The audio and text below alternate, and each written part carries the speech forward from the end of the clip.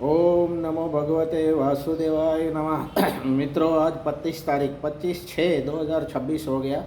आज गायत्री जयंती भी है, तो हम गायत्री माता को भी याद करेंगे। आज बड़ा अच्छा शुभ दिन है और आज एकादशी है, भीम एकादशी, मतलब 11 बोलते हैं इसको, ठीक है ना। तो निर्जला एकादशी भी बोलते हैं इनको, ठीक है ना। तो भगवान विष्णु भगवान को याद करेंगे, हम पूजन करेंगे और महादेव को पूजन करेंगे क्योंकि महादेव खुद प्रसन्न हुए थे, भीम को आशीर्वाद दिया था, ठीक है ना।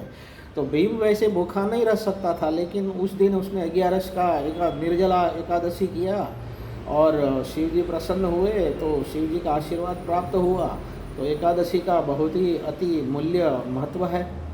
तो आज के दिन ओम नमो भगवते वासुदेवाय नमः और गायत्री मंत्र का जाप करेंगे, क्योंकि गायत्री माता का जन्म जयंती है।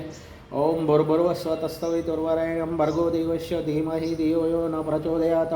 ओम त्र्यंबकं यजामहे सुगंधिं पुष्टिवर्धनम् उर्वारुकमिव वंदनान् मृत्युर्मोक्षीमामृतात्।